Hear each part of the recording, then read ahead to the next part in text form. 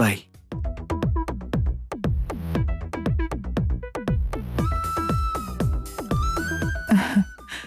എന്റെ phone number പോലും അറിയാത്ത സ്ഥിതിക്ക് ഇനി കാണാൻ ഒരു ചാൻസും ഇല്ല.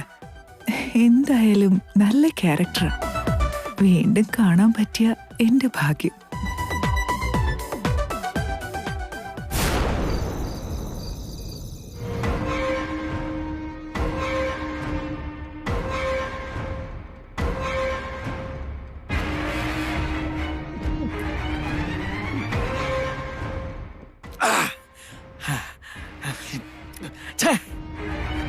എന്തൊരു ജാതകാഭരണം നിന്റെ. എന്ത് പ്ലാൻ ചെയ്താലും അതിനെതിരായിട്ടേ നടക്കുള്ളൂ. ആ മാളവിക അനന്തരവളായിരുന്നെങ്കിൽ അവളെ വല വീശി കല്യാണം കഴിച്ച് ആസ്തിയിൽ പകുതിയെങ്കിലും കൈവശപ്പെടുത്തായിരുന്നു. ഇപ്പൊ ഒരു അഡ്രസ് പോലും ഇല്ല. വീണ്ടും എല്ലാം ഒന്നേന്ന് തുടങ്ങണ്ടേ.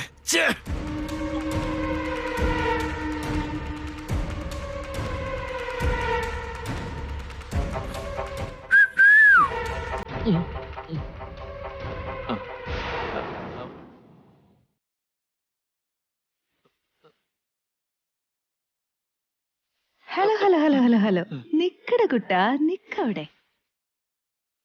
കൈയോടെ പിടികൂടിയ പിന്നെന്തൊളിപ്പിക്കാനും. ഇനി എങ്ങോട്ട് പോയിട്ടും കാര്യമില്ല.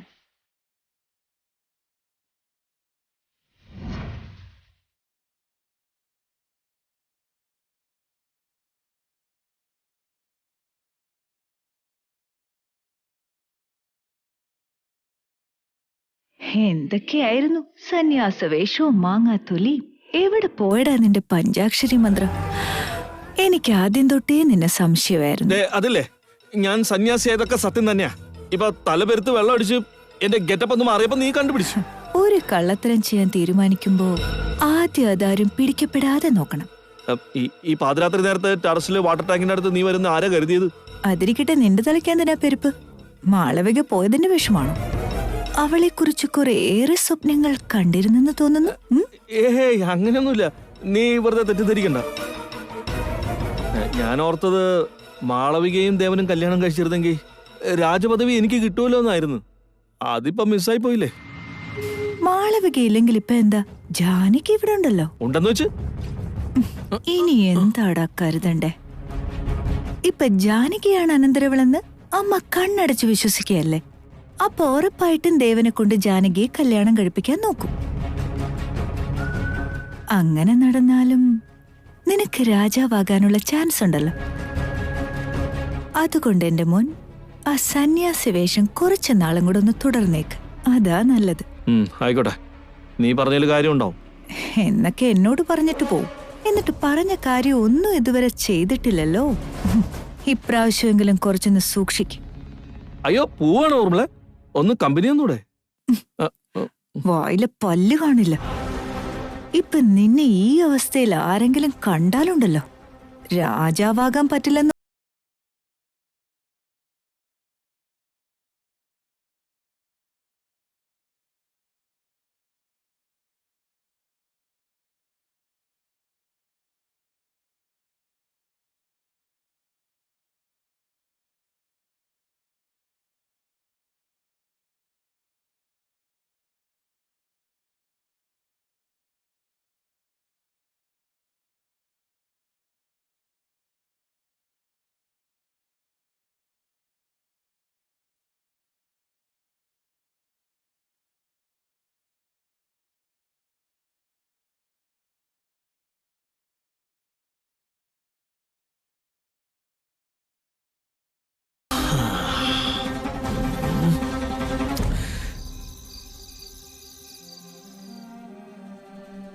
എന്തോ ഇതേട്ടാ, ഫോണൊന്ന് തുറന്നു നോക്ക്. മാളവിക എവിടെയാണെന്ന് അറിയാൻ കഴിഞ്ഞാലോ?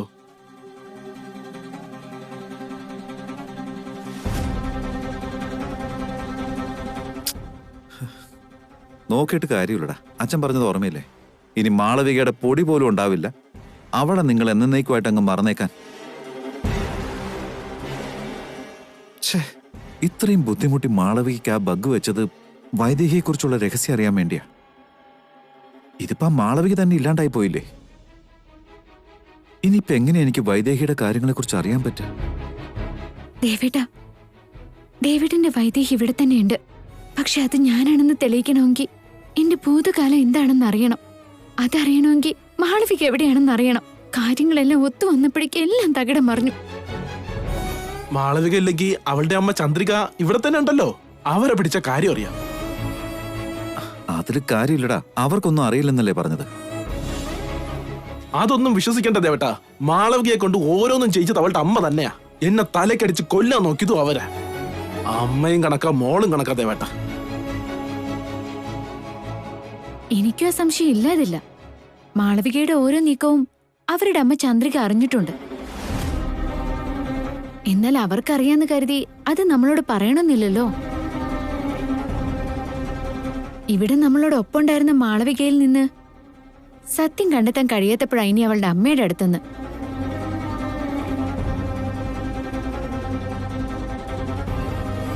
ചന്ദ്രികയെ കൊണ്ട് എങ്ങനെയാ നമ്മൾ സത്യം പറയിക്കുക? മാത്രല്ല ഇനി മാളവിക ഇല്ലെന്ന് കൂടി അറിഞ്ഞാ അവരെങ്ങനെയാ റിയാക്ട് ചെയ്യാന്നറിയോ? അവരെങ്ങനെ വേണമെങ്കിലും റിയാക്ട് ചെയ്യട്ടെ. നമുക്കിപ്പോ ആവശ്യം എന്താ? ആ സ്ത്രീയിൽ നിന്ന് നമ്മുടെ വൈദേഹിയുടെ രഹസ്യങ്ങൾ ചോർത്തിയെടുക്കുക. എന്ത് ചെയ്താൽ അവര് സത്യം പറയാന്നുള്ളതാണ് നമ്മൾ ചിന്തിക്കണ്ടേ.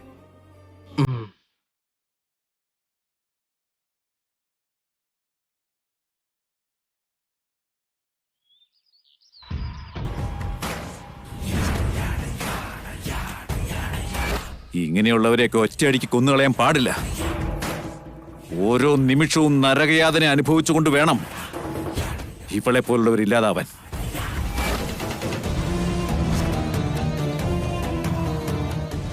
വേണ്ട വേണ്ട, എന്റെ മോളെ വിട, എന്റെ മോളെ വിടാൻ.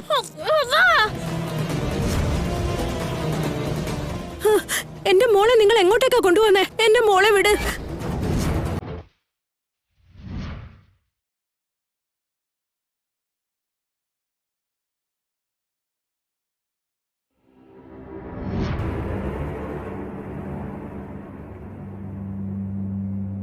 നിന്റെ മോളന്റെ ദേവന്റെ ജീവിതത്തെ തൊട്ട് കളിച്ച ഞാൻ വെറുതെ വിടുമെന്ന് കരുതിയോ?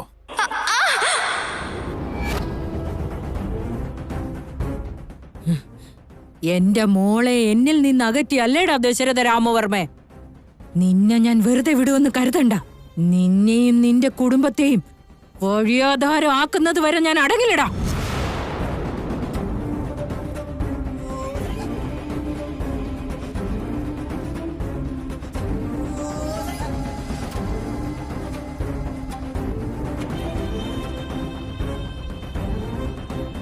നീ അന്ന് ധൈര്യമായിട്ട് ദശരഥ രാമവർമ്മയുടെ വീട്ടിലേക്ക് കയറി ചെന്നപ്പോ എന്റെ പ്രതികാരം തീർക്കാൻ എനിക്ക് കിട്ടിയ നിധിയാണ് എന്റെ മോളെന്ന് കരുതി. പക്ഷെ ആ പ്രതികാരം തന്നെ നിന്നെ എന്നിൽ നിന്ന് അകറ്റുമെന്ന് ഞാൻ കരുതിയില്ല. വെറുതെ വിടില്ല മോളെ. നിന്നെയും എന്നെയും ഈ അവസ്ഥയിലെത്തിച്ച ആരെയും ഞാൻ വെറുതെ വിടില്ല. സത്യത്തിൽ ഇതെല്ലാം തുടങ്ങിയത് ആ ജാനകിയിൽ നിന്നല്ലേ? അവളെന്നൊരു വ്യക്തി ഇല്ലായിരുന്നെങ്കിൽ നീ ഇപ്പൊ അവിടുത്തെ മരുമോളായനെ. എന്റെ പക അതും എനിക്ക് വീട്ടാൻ കഴിഞ്ഞേനെ.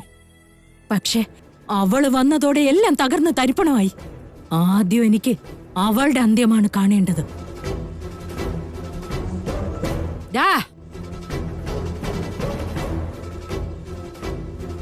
ഒരു കാര്യം ഓർമ്മയിലിരിക്കട്ടെ. കൊട്ടാരം വീടിനും ദശരഥ രാമവർമ്മയ്ക്കും ചന്ദ്രിക ഇനി എന്നും കൊണ്ണിലെ കരടായിരിക്കും. ഭയന്നു വിറയ്ക്കണം. അപകടങ്ങൾ എപ്പോൾ ആരെ സമീപിക്കുമെന്ന് അറിയാതെ ഓരോ ക്ഷണവും ജീവൻ കൈവെള്ളയിൽ പിടിച്ചുകൊണ്ട് അവര് ജീവിക്കണം. ആദ്യം ആ ജാനകിക്ക് നമ്മൾ അന്ത്യം ഒരുക്കണം. അവളുടെ മരണവാർത്തയുമായി വാ. നമ്മുടെ പിള്ളേരെയും കൊണ്ട് ചെല്ല്.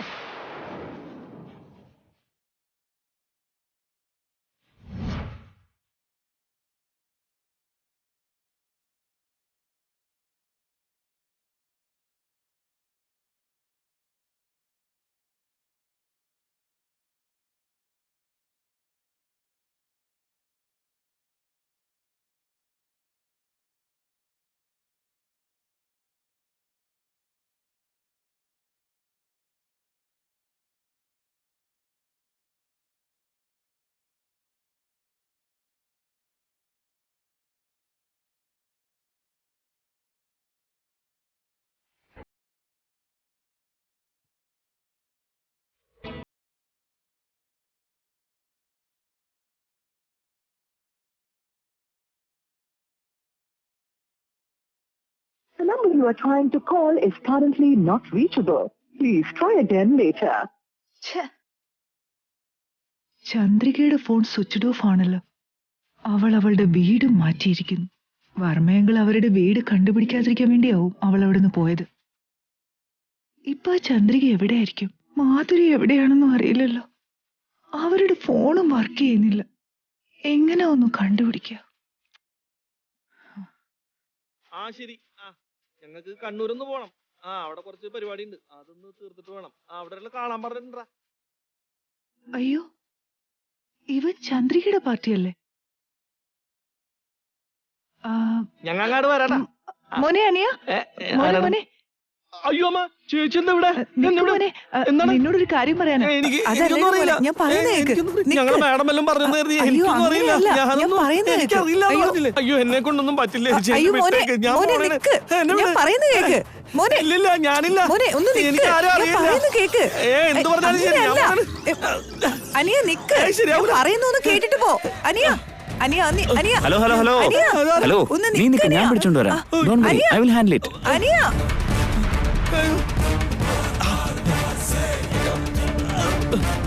നിക്കടാ അവിടെ.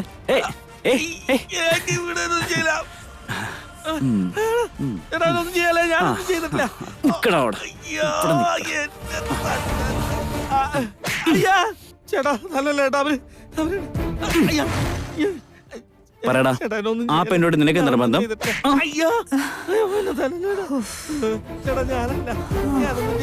ചോദിച്ചിട്ടോ? അയ്യോ ചേട്ടാ, ഞാൻ ചേച്ചി വന്നേക്കണ്.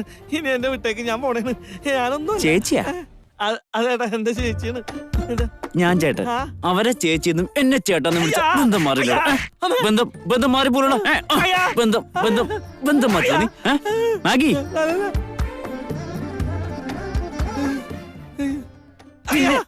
എടാ, അവള് നിന്റെ ചേച്ചിയാണെങ്കി ഈ ഞാൻ നിന്റെ ആരായിരിക്കും? പറയടാ. മച്ചാനല്ലേ? മച്ചാനല്ലേ? മനസ്സിലായി, എനിക്ക് മനസ്സിലായി. മച്ചാനാണ്. മച്ചാനല്ലേ? മച്ചാനാണ് നിങ്ങ. അയ്യോ, താങ്ക്സ് അണ്ണാ. അവന്റെ പോന്നു. വിടരുതവനെ. അത് മാത്രം പറയടാ, അത് മാത്രം പറഞ്ഞിട്ട് പോ. അവനെ വിടല്ലേ? പിടിച്ചോണേ. പിടിച്ചോണ്ടല്ലേ നിക്കുന്നേ? അയ്യോ,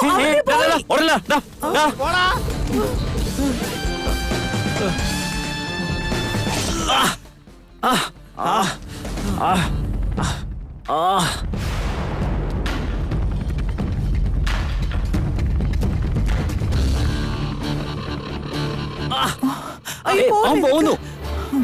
കൈ മുറിഞ്ഞല്ലോ, ചോര വരുന്നുണ്ട്. അയ്യോ, ഒന്നും വേണ്ട. ഈ ഒരു ചെറിയ മുറിവിന് നിക്കവിടെ.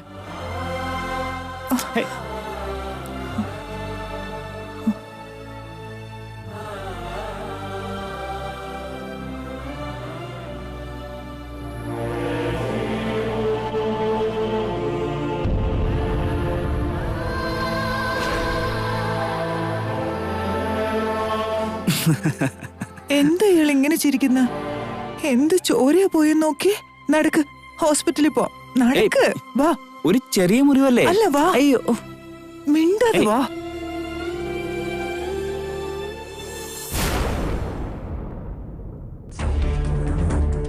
ശരിക്കും നോക്കടേ. ദേ, അങ്ങോട്ട് നോക്ക്. നോക്കിക്കൊണ്ടിരിക്കല്ലേ അമ്മേ? നോക്കുന്ന കണ്ടേച്ചാലും മതി. ആ കുടത്തിൽ വല്ലതും ഉണ്ടോന്നൊന്ന് നോക്ക്. എന്താ നോക്കണ്ടെന്ന് പറയാമേ? മെനഞ്ഞാന്ന് തൊട്ട് തുടങ്ങിയതാ. അവിടെ നോക്ക്, ഇവിടെ നോക്കെന്ന് പറഞ്ഞിട്ട്. പക്ഷെ എന്താ നോക്കണ്ടെന്ന് പറഞ്ഞില്ലല്ലോ. പറഞ്ഞാലല്ലേ നോക്കാൻ പറ്റൂ. ഒന്നും അറിയാതെ അവിടെ ഇവിടെ നോക്കാൻ പറഞ്ഞാൽ എങ്ങനെയാ? അതൊന്നും അറിയേണ്ട കാര്യമില്ല. ഞാൻ പറയുന്നിടത്തൊക്കെ തപ്പിയാ മതി. എനിക്ക് വേണ്ടത് അവിടെ ഉണ്ടോന്ന് ഞാൻ നോക്കിക്കോളാം. 2-3 ദിവസമായിട്ട് തപ്പി എനിക്ക് വയ്യണ്ടായി. എനിക്കിനി പറ്റില്ല. എന്തെന്നാടി? പ്രായമായ കൊണ്ട് എനിക്ക് കുനിയാനോ നീരാനോ മേല. നിനക്കെന്തിന്റെ കേടാ? പോയി നോക്കടി. 3-4 ദിവസമായി കിളവി ഇങ്ങനെ തുടങ്ങിയിട്ട്. എന്താന്ന് വെച്ചാൽ പെട്ടെന്ന് ഇങ്ങനെ കിട്ടിയിരുന്നെങ്കിൽ. എന്തെന്നാടി കണ്ണു ഉരുട്ടിക്കൊണ്ട് ചെന്ന് നോക്കുന്നുണ്ടോ? ദേ പോവും അമ്മേ.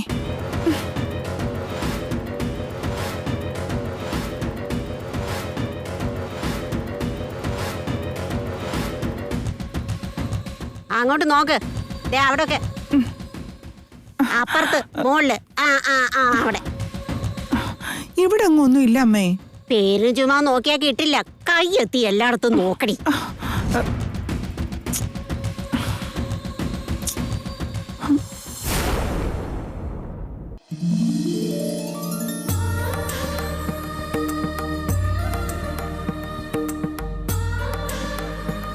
എവിടേക്കാ മോളെ? അമ്പലത്തിലേക്കാന്ന് തോന്നുന്നു. അതേലോ അമ്മേ. നീ ഒറ്റയ്ക്കാണ് പോണേ? ദേവിനെ കൂട്ടിക്കൂടെ മോളെ? ദേവേട്ടൻ എന്തോ ജോലി ഉണ്ടെന്ന് പറഞ്ഞ് പുറത്തേക്ക് പോയിരിക്കാം. എന്നാ പിന്നെ അപ്പോഴേ നിനക്കും ഇറങ്ങിക്കൂടായിരുന്നോ? സാരമില്ല, ഇനി എന്തായാലും ഒരു ദിവസം ഒരുമിച്ച് ജീവിക്കേണ്ടതല്ലേ നിങ്ങള്? നീയായിരിക്കും എന്റെ മരുമകളെന്ന് ആദ്യം തൊട്ട് എന്റെ മനസ്സ് പറഞ്ഞതാ. പക്ഷെ മാളവിക പറഞ്ഞതൊക്കെ വിശ്വസിച്ച് നീ പറഞ്ഞതൊന്നും ഞാൻ ഒട്ടും കാര്യമാക്കി എടുത്തില്ല മോളെ. ദേവനെ രക്ഷിക്കാൻ ജീവൻ പണയം വെച്ച് പൂജ നടത്തിയപ്പോഴേ ഞാൻ നിന്നെ തിരിച്ചറിയണമായിരുന്നു. അന്ന് ഞാനത് ചെയ്തില്ല. നെല്ലും പതിരും തിരിച്ചറിയാൻ എനിക്കായില്ല. തെറ്റുപറ്റിയത് എനിക്കാ മോളെ. കഴിഞ്ഞതിനെ കുറിച്ചൊക്കെ ഇനി എന്തിനാ അമ്മേ പറയുന്നേ? അതെ, മാളവിക എന്തായാലും ഒരു അടഞ്ഞധ്യായായില്ലേ, അത് മതി എനിക്ക്. ഇനി എന്റെ അനന്തരവളും മരുമോളെ എല്ലാം നീയാ മോളെ.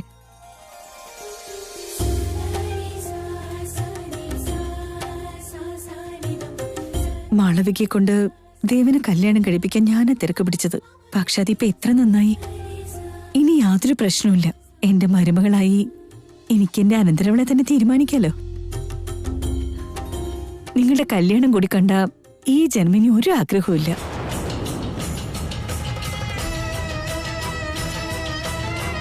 അതെന്തിനാ അമ്മേ കല്യാണം? ഇതെന്ത് ചോദ്യ? നിനക്ക് എന്തോന്ന് അറിഞ്ഞുകൂടാന്നുണ്ടോ? എന്റെ അനന്തരവൾക്ക് മാത്രമേ എന്റെ മരുമകളാകാനാവൂന്ന് നിന്നോട് ഞാൻ പറഞ്ഞിട്ടില്ലേ?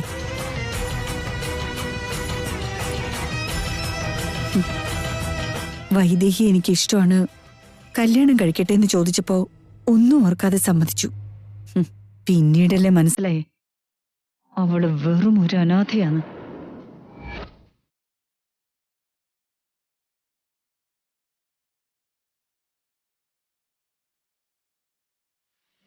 പൈസയ്ക്ക് വകയില്ലെങ്കിലും അവളെ ഞാൻ എന്റെ മരുമകളാക്കിയനെ. ഒരു അനാഥയെ ഞാൻ അംഗീകരിക്കില്ല. ജീവനുണ്ടെങ്കിൽ ഒരു അനാഥയ്ക്ക് ഇവിടുത്തെ അനന്തരാവകാശം ഉണ്ടാവാൻ ഞാൻ അനുവദിക്കില്ല.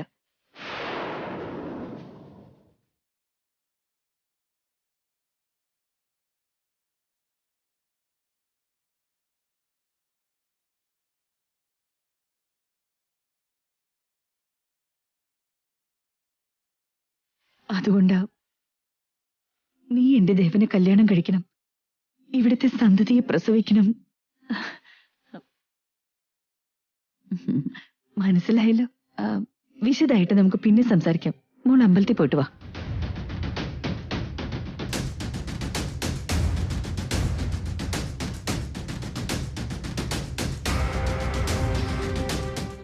ഇവിടെ എനിക്കൊരു അനന്തരാവകാശിയെ വേണം. അത് നീ തരുന്നോ? പക്ഷേ എനിക്ക് ആ കുഞ്ഞിനെ വേണ്ടെങ്കിലോ വൈദേഹി? അതെന്താ അമ്മേ?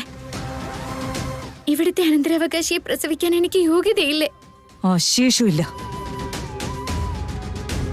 ഒരിക്കലും ഒരു അനാഥയുടെ സന്തതി കൊട്ടാരത്തിലെ രാജാവരുത്.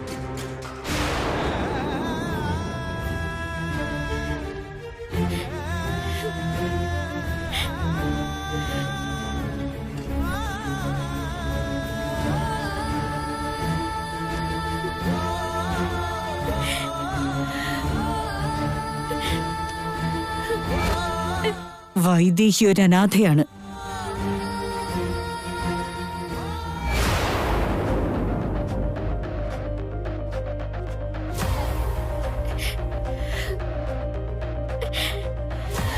അനാഥ അനാഥ അനാഥ.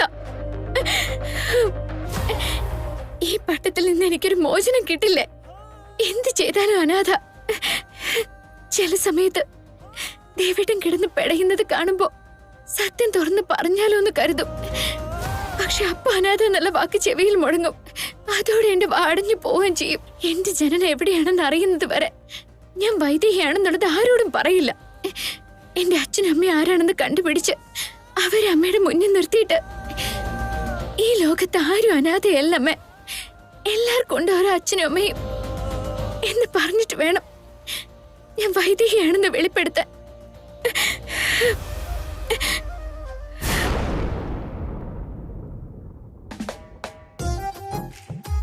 ഇയാൾ എന്നെ സഹായിക്കാൻ ശ്രമിച്ചതുകൊണ്ടല്ലേ കയ്യിൽ ഇത്രയും വലിയ മുറിവുണ്ടായത്? ഇങ്ങനെ ക്ഷമാപണം നടത്തേണ്ട ഒരു ബന്ധമല്ല തടിച്ച് നമ്മൾ തമ്മിലുള്ളത്.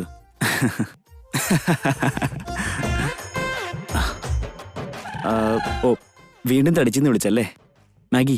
അത് മാത്രം ഞാനല്ലോ വിളിക്കുന്നത്. ഈ ഒരു തവണത്തേക്ക് ഞാൻ ക്ഷമിക്കുന്നു. എനിക്ക് വേണ്ടി കൈവരെ മുറിച്ച ആളല്ലേ. എന്ന് വെച്ചാ ഞാനല്ലേ വിളിച്ചെന്ന് പറഞ്ഞിട്ട് വിശ്വാസമായില്ലേ? ഞാൻ പറയുന്ന സത്യം.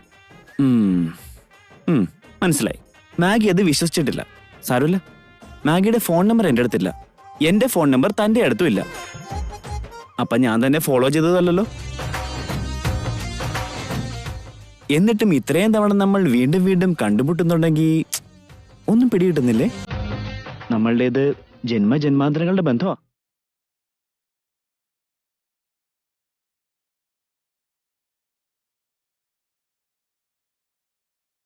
അപ്പൊ ബാക്കി വെച്ച എന്തോ ഒരു കാര്യം പൂർണ്ണമാക്കാനായിരിക്കും ഇപ്പൊ നമ്മൾ കണ്ടുമുട്ടിയത്.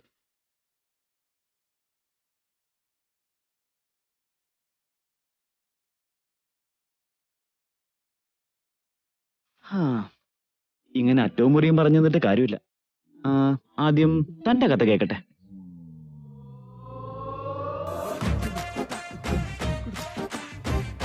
ഒന്നുകിൽ തന്റെ പുറകെ ഏത് നേരവും റൗഡീസ്, അല്ലെങ്കിൽ താൻ റൗഡീസിന്റെ പുറകെ പോകുന്ന കാണാം. മാഗി റൗഡിയൊന്നും അല്ലല്ലോ അല്ലേ? ഹലോ, എന്നെ കണ്ടിട്ട് റൗഡിയാണെന്ന് തോന്നുന്നുണ്ടോ? ഒന്ന് നിക്ക.